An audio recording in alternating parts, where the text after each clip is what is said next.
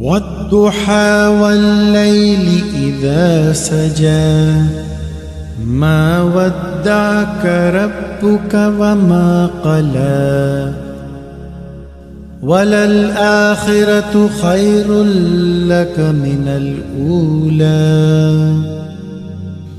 ولسوف يعطيك ربك فترضى ألم يجدك يتيما فآوى ووجدك ضالا فهدى ووجدك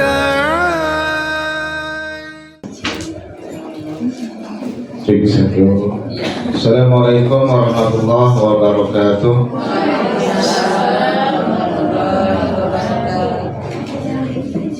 Alhamdulillah nahmaduhu wa nasta'inuhu wa nastaghfiruh wa na'udzu billahi min shururi anfusina wa min sayyiati a'malina man yahdihillahu fala mudilla lahu wa man yudlilhu fala hadiya lahu.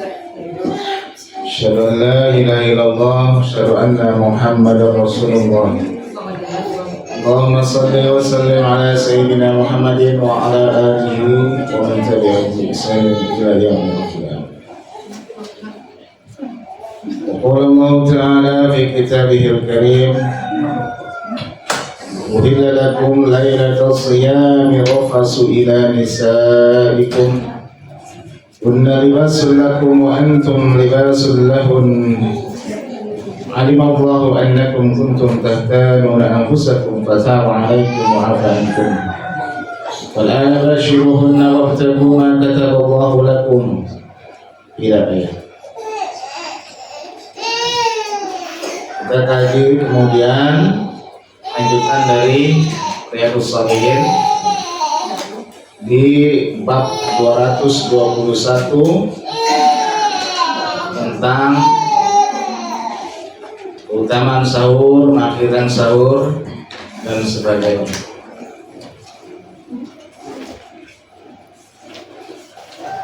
Rasulullah SAW mengatakan,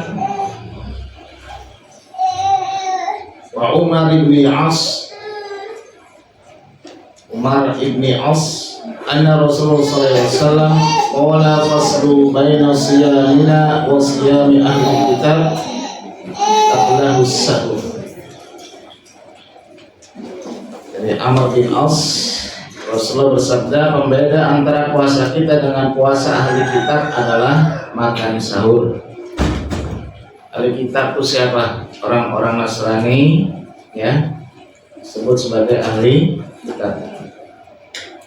Bahwa salah satu pentingnya sahur itu membedakan antara puasa kita dengan umat agama lain. Jadi kalau kita sahur, walaupun misalkan nggak lapar atau kita merasa kuat dengan puasa kita, tetap sahur walaupun seteguk air. Kenapa? Kemarin juga sudah dikatakan bahwa sahur itu ada barokahnya, ya. Sahur ada barokah di dalamnya.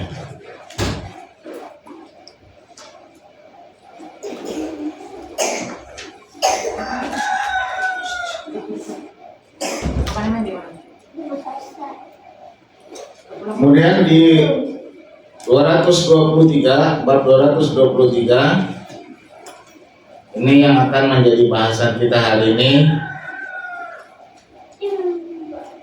dari penjelasan atau riwayat Bukhari. Wa anhu qala Nabi sallallahu alaihi wasallam man lam yada' qawla az-zuri wal 'amala bihi falaysa lillahi hajjatun fi ayyada'a ta'amahu wa syarabahu. Dari Abu Hurairah yang berkata, Nabi Muhammad SAW bersabda, siapa yang tidak meninggalkan dusta dan mengamalkan kata-kata dusta tersebut, man lam yada' qaula zuri wal 'amala bihi falaysa lillahi hajjah fi ayyada at'amahu wa syarabahu. Maka sungguh Allah tidak membutuhkan dirinya menahan lapar dan haus. Artinya Allah tidak membutuhkan puasanya. Artinya begini Bu, ini konsekuensi yang sangat luar biasa yang kadang-kadang nggak diperhatikan. Ya, jadi selain disunahkan, disyariatkan kita tidak makan dan minum, namun dalam banyak hadis itu banyak dikatakan malam yada' qaula zuri, yang dia tidak bisa untuk meninggalkan qaula zuri. Itu qaula zur, qaula zur. Jadi HP lagi ya. Nggak tahu kita. Dibuka surat Al-Hajj ayat 30. Kalimat akhirnya itu adalah fajtanibu taghut wa qaula zur. Jadi qaula zur itu adalah apa itu qaula zur? Ya kan? Ada yang mengatakan qaula zur itu adalah kalimat dusta. Ada yang mengatakan qaula zur itu adalah kalimat-kalimat fitnah. Ghibah termasuk qaula zur. Nah, jadi dalam hadis ini dikatakan barang siapa yang dia tidak meninggalkan perkataan qaula zur tadi dan dia mengamalkannya, kata-kata dusta, falaysa lillahi hajatun fi ayyada at'amahu wa syarabahu. Maka sungguh Allah tidak membutuhkan dia untuk menahan lapar dan haus. Ya. Jadi ada hubungannya tuh antara misalkan bahwa orang dia puasa tapi mulutnya nggak terjaga. Kalau orang mulut tak terjaga, maka lo nggak butuh puasanya, bahasanya gitu deh. Lo ngapain puasa sih? Tapi mulut lo nggak puasa. Dan satu-satunya kalimat sauman di dalam Al-Quran berkaitan dengan perempuan itu adalah di surat Maryam. Fakuli washrabi wa qurri aina fa imma tarayina minal basyari ahada fakuli inni nadartu lirahman sauman. Jadi puasanya Maryam itu saumnya dia adalah puasa bicara. La yukalliman nasa insiya. Aku nggak akan ngomong sama manusia.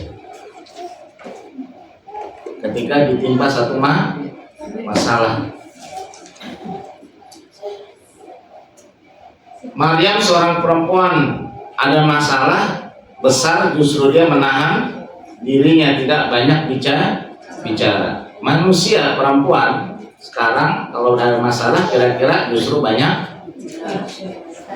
curhat. Dan saya curhat ke manusia, curhat ke HP, ya kan? Statusnya apanya segala macam. Minyak mahal, cabai mahal.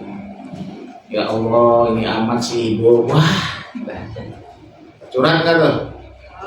Ya, dia perutnya menahan lapar, menahan minum, cuman mulutnya tidak tahan.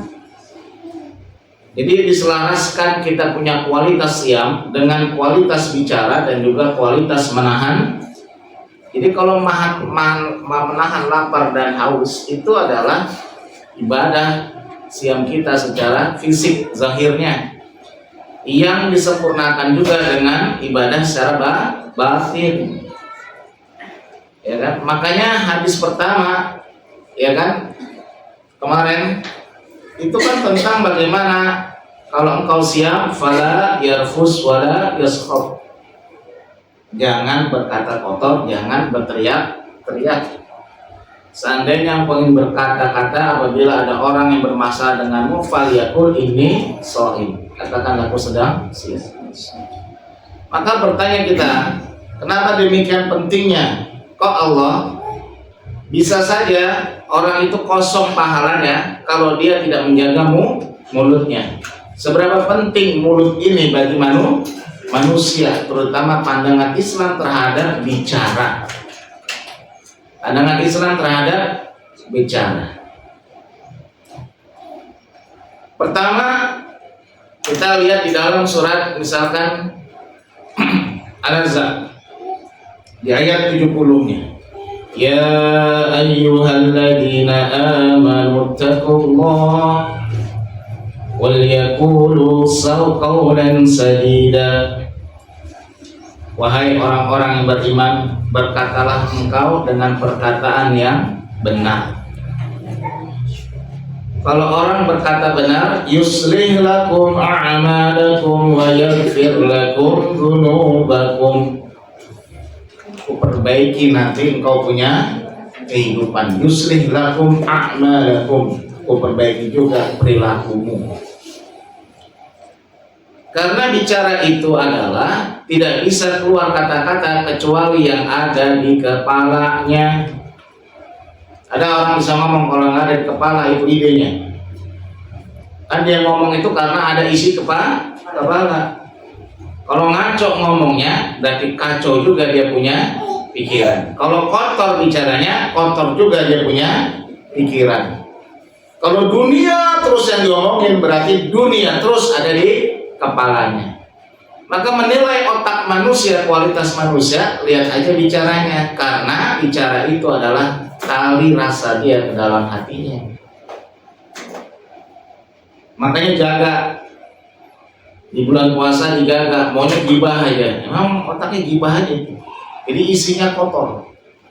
Ya, walaupun orang yang bersih, rumahnya bersih, ya kan, mukanya glowing, bersih, tapi kata-katanya kotor, menandakan otaknya juga kotor. Ada nggak binatang yang otaknya isinya kotoran? Udah. Makanya ada orang bilang otak. Udah. Dasar lu otak. Bukannya otak goblok itu, bukan artinya orang yang bodoh. Otaknya kotor alias kotor.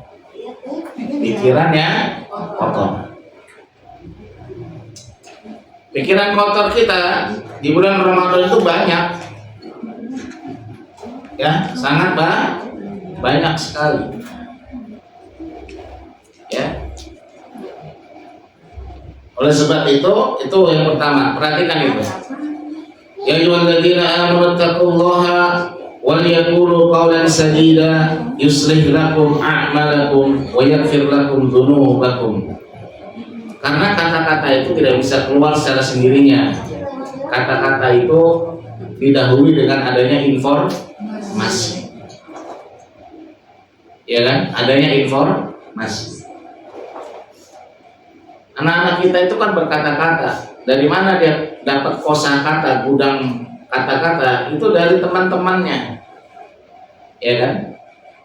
Maka sama, ibu-ibu kalau bergaul juga dengan misalnya bergaul dengan pedagang emas, pasti ngomongnya tentang emas. Gak jauh tuh. Wah, Ustaz, tukang keripik semua tetangga-tangganya, saudara-saudaranya ngomongnya keripik. Nyambung keripik. Jadi tergantung lingkungan dan apa yang menjadi referensi dirinya. Ya. Jadi qaul zur itu di dalam hadis ini tidak menggunakan qaul kadzibah, bukan perkataan dusta kadzab, tapi qaul zur. Zur ini sebenarnya lebih kepada kotor. Kalimat-kalimat yang buruk, yang fitnah, yang ghibah, yang apa lagi ya? Yang menyakiti. Jadi kalau mulut itu nggak bisa terjaga, kata Rasulullah, hajatun fi ayyada aqamah wa syarabah.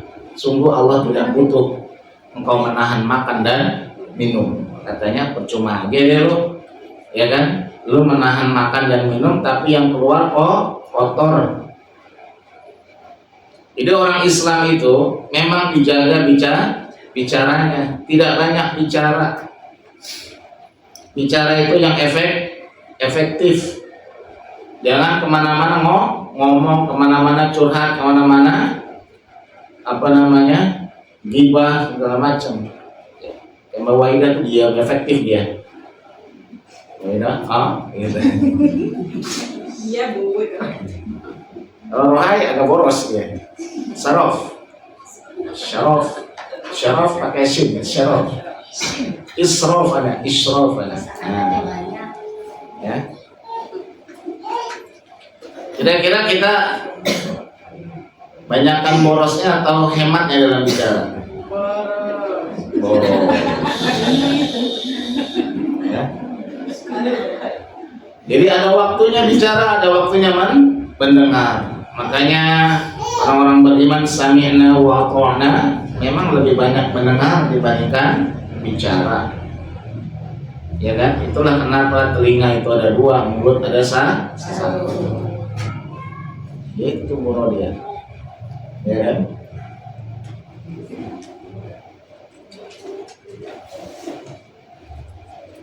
Kemudian di dalam surat 41 ayat 30 Allah mengatakan wa man ahsanu qawlan mimman da'a ila Allah wa 'amila shalihan wa qala innani minal muslimin. Wa man ahsanu qawlan 41 30. Wa man ahsanu qawlan, maka siapakah yang bicaranya itu paling baik? Bicaranya yang paling baik. Ahsan itu paling baik. Yang paling bagus ngomongnya. Ya, mimman da'a ilallah adalah orang-orang yang dia memotivasi kepada manusia. 41:33. Jadi kalau misalkan suara kita itu tidak lebih bagus dari keheningan, bagus diam saja. Bicaralah apabila suara kita lebih baik daripada keheningan. Orang udah hening bagus, ini kan diam, tiba-tiba ngomong. Kira-kira lebih bagus nggak? Kalau nggak diam aja. Qul khairan aw liyasmut. Bicara yang baik atau diam. Mas, dulu guru saya pernah cerita ketika dia bermimpi tentang gurunya. Gurunya udah lama meninggal dunia. Jadi ketika dia bermimpi, gurunya itu sedang duduk memberikan pelajaran ngaji gitu, itu dari mulutnya keluar cahaya. Setiap dia bicara cahaya. Dia mikir tuh apa gitu.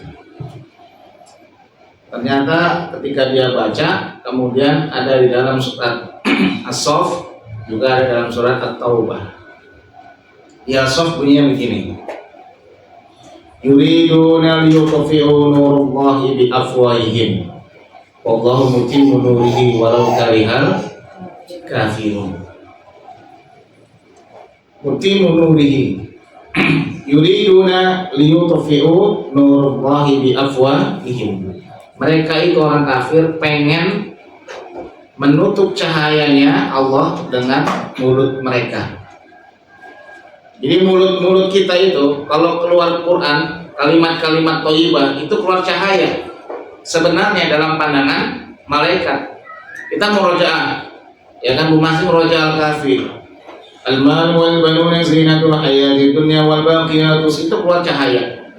Ketika bicara dengan mantunya Mbak Nurma, ya kan, ya kamu ngaji, ayo sholat, botong ngaji, botong. Ya kan, antar ngaji, itu keluar cahaya. Jadi bayangkanlah manusia itu, ya kan, nah orang kafir pengen mulut manusia umat Islam itu tidak punya cahaya. Yang keluar bukan cahaya, tapi yang keluar kotoran. Ya, coba sekali-sekali nanti, ya kan, kalau ada anak-anak muda nongkrong, dekat-dekatin deh, kira-kira ngomonginnya apa? Karena saya sering ke kafe, ya kan, ngapain? Nugas, ya kan, bukan wifi, banyak yang dikerjakan. Nah itu di sini lagi kerja, di sana dia ngomong, itu saya 1 menit aja, itu kalimat-kalimat kotor binatang tuh banyak keluar, dan itu biasa, gitu. Bukan semacam makian, tapi ya anjing, ya bangsa tuh, gitu aja. Kok ngobrol kayak begini anak sekarang, saya bilang. Dulu mah kita kalau kalimat kotor keluar berarti itu marah, makian kan, gitu kan. Sekarang enggak. Jadi kalau 1 jam, setengah jam aja itu udah ratusan kali kalimat kotor itu keluar. Masya Allah. Ya. Oleh sebab itu, jaga anak-anak kita, jaga diri kita terutama dengan kalimat-kalimat yang thayyibah, yang baik. Usahakan keluarnya adalah cahaya. Ya, baca Quran itu keluar cahaya itu. Ya kita nggak lihat aja. Kalau malaikat lihat, baca Quran itu keluar cahaya.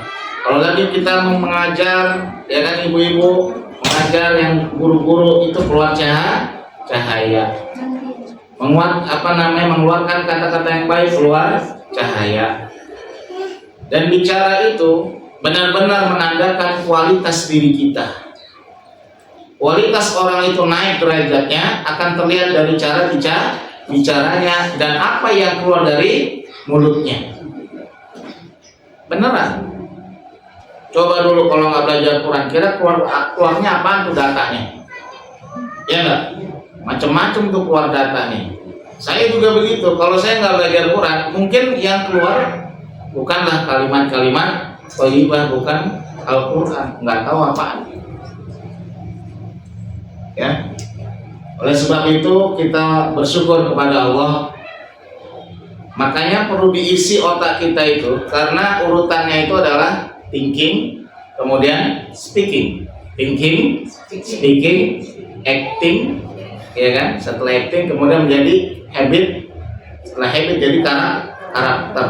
Seseorang itu sebelum bicara dia akan berpikir, dan ketika orang berpikir dia butuh data. Nah, datanya itu apa? Kalau dia banyak baca Quran, dengar kajian segala macam, maka data di kepalanya adalah Al-Quran.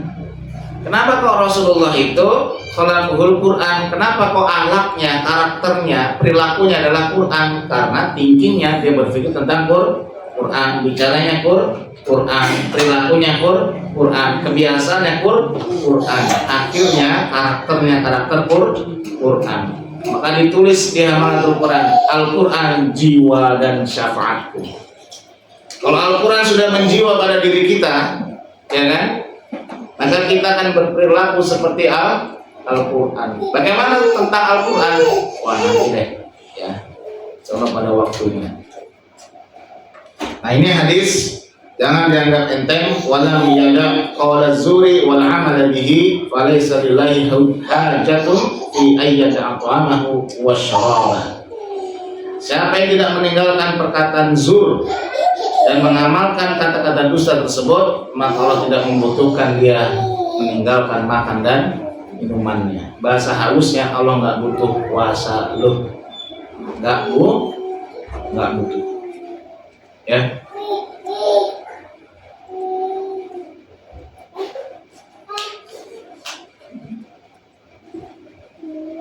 Kemudian ada sedikit tambahan tentang misalkan permasalahan puasa. An Abi Hurairah radhiyallahu anhu, An-Nabi sallallahu alaihi wasallam qala idza nasiya ahadukum fa akala aw syarabi falyutimma shaumahu fa innama at'amahu Allahu wa saqahu. Apabila seseorang di antara kalian lupa lalu makan dan minum, maka teruskanlah puasanya, karena sungguhnya Allah memberinya makan dan minum. Jadi kalau lupa enggak apa? Kalau lupa. Makanya salah satu syarat dalam ibadah Islam itu kan dia adalah berakal. Salah satu berakal itu dia mengingat. Kemarin masuk ke WA saya, Bi gimana ya? Dibilang orang tua saya itu udah lupa, sholat dia lupa, puasa dia lupa, gitu dia. Padahal udah sahur dia bilang, oh saya belum sahur, gitu kan. Udah sholat dia bilang belum sholat. Ada kalanya dia belum sholat dibilang sudah sholat. Hukumnya bagaimana tuh? Hah? Ada juga orangnya yang begitu, ada saudara yang begitu. Ya, banyak orang-orang tua yang sudah ikut Alzheimer dan sebagainya, maka nauzubillah min dzalik, supaya nggak pun otak cerdas terus baca Quran. Lupaan gitu, gimana ya, saya ini disuruh sholat jadi susah gitu. Secara fisik zahir ya sehat-sehat aja, jalan, tapi pikirannya sudah error. Jadi suka lupa gitu. Sholat tiba-tiba ntar wudhu lagi jam 9, saya belum sholat subuh. Puasa dia lupa, emang sekarang bulan puasa ya, sahur pada bareng gitu kan. Jadi macam-macam. Nah kalau sudah seperti itu artinya akalnya sudah terganggu, maka bisa dikatakan dia karena uzur. Apakah bayar fidyah? Iya, dia bayar fidyah. Karena fidyah itu dibayar kalau ada orang yang misalkan dia meninggalkan itu dan tanpa punya kemampuan untuk mengulang atau melakukannya lagi. Nah, itu dia. Itu golongannya sudah sakit ya. Itu yang wajib bayar fidyahnya ahli warisnya apa? Ya kalau itu pasti ahli warisnya lah. Kalau orang itu kan kagak bisa lagi mikir duitnya di mana. Nomor PIN ATM-nya lupa kali juga. Ya, bila mau usah deh. Mah nomor ATM-nya mana masih nih, Pak? Alhamdulillah kalau udah perlu. Iya. Jadi kalau ada orang tua yang sudah nggak sanggup lagi mengingat sesuatu atau sering-sering lupa, ya kan? Nah itu sudah tidak punya kewajiban untuk semua syariat. Dia sholat ya enggak, puasa juga enggak dan sebagainya. Jadi itu adalah pintu surga yang paling tengah buat anak-anaknya mengurus orang tua. Mudah-mudahan kita diberkahi orang tua yang sehat-sehat semuanya. Ya. Kalau yang ada ya mudah-mudahan dikuatkan dan diberi sehat. Nah ini saja yang dapat saya sampaikan tentang hadis di bab yang ke-223 tentang pentingnya menjaga mulut. Ya, dan penting sekali umat Islam wa qala innani minal muslimin, dan aku berkata aku inilah orang muslim, diawali dengan waman ahsanu qawla. Kamu tahukah siapa yang paling bagus bicaranya, yang paling benar bicaranya? Orang-orang da'a ilallah, orang-orang yang mengajak, memotivasi orang lain kepada Allah. Itu ngomong yang paling benar dah. Itulah sebaik-baiknya perkataan manusia. Karena yang namanya tukang daging pasti ngajaknya beli daging. Tukang keripik ngajak beli keripik. Tukang cabai ngajak beli, tukang cireng ngajak beli cireng.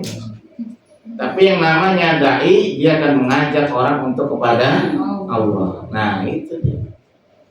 Dan itulah sebaik-baiknya manusia, kata Allah dalam surat 41:33. Nah, bagi kita yang diberikan amanat oleh Allah, ya kan, para guru-guru ngajarin anak-anak, saya cuma ngajar anak-anak, anggap enteng. Anak-anak itu bekal dia nanti akan besar, dan ketika dia besar dia akan ingat siapa yang sudah mengajarkannya. Wow, saya dulu aja kecil masih ingat guru saya, walaupun sudah nggak ada, ya kan?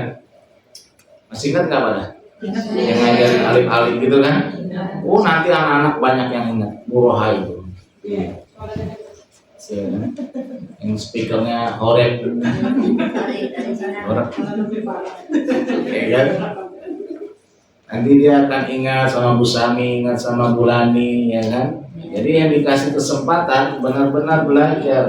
Kita mengajar itu bukan karena kita lebih, karena dilebihkan oleh Allah, tapi sebenarnya kurang dalam ilmu kita. Harus banyak-banyak belajar. Dan seorang guru itu karena dia mengajar, maka resikonya dia harus belajar. Salah satu ciri orang sukses itu dia adalah belajar terus, ya.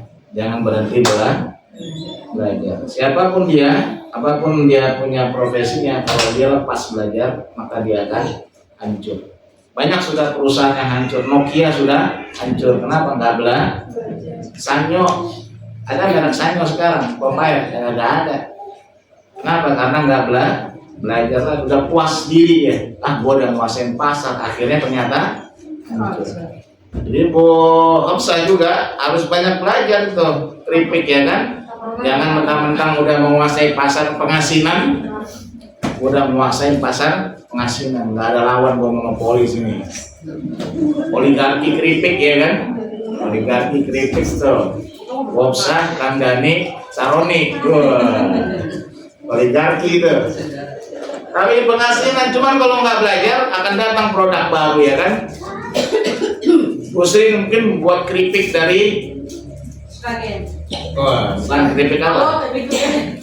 Bukan singkong tapi keripik Pisang. pisang atau keripik sukun, ya kan? Dia punya rasa stroberi atau rasa yang paling mahal rasa apa? Salah, rasa yang paling mahal rasa kangen.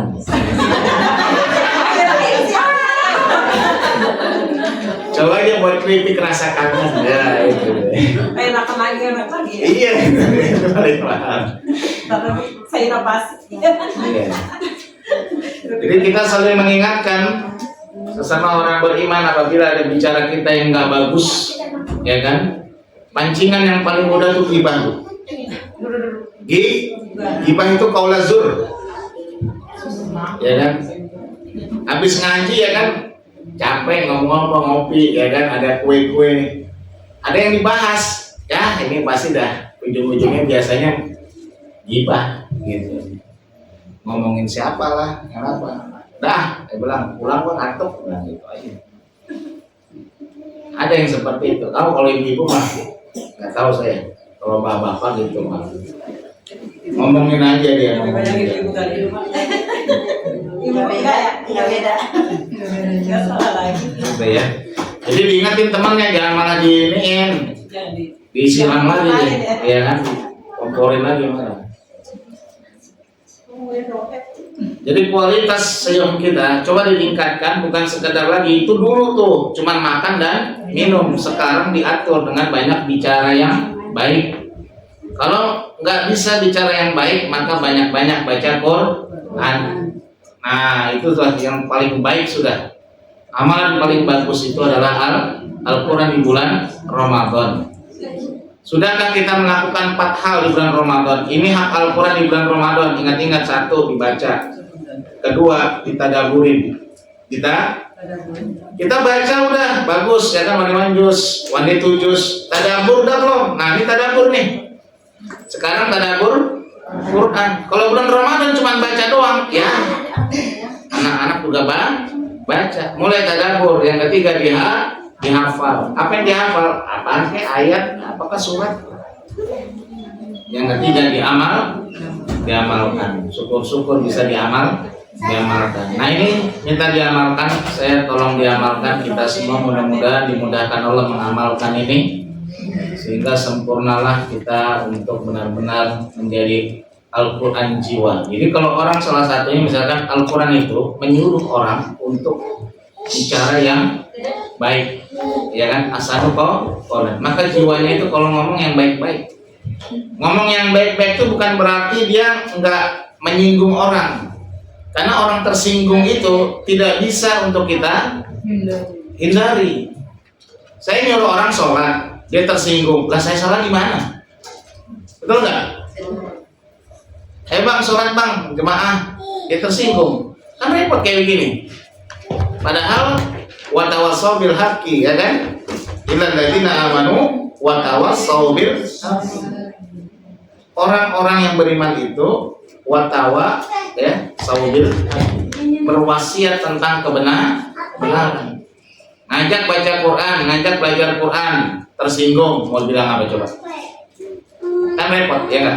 Memang dia bawaannya lapar, alias baper. Gitu sih. Tutup sama-sama baca subhanakallahumma wa bihamdika asyhadu an la ilaha illa anta astaghfiruka wa atubu ilaik. Assalamualaikum warahmatullahi wabarakatuh. Setengah jam.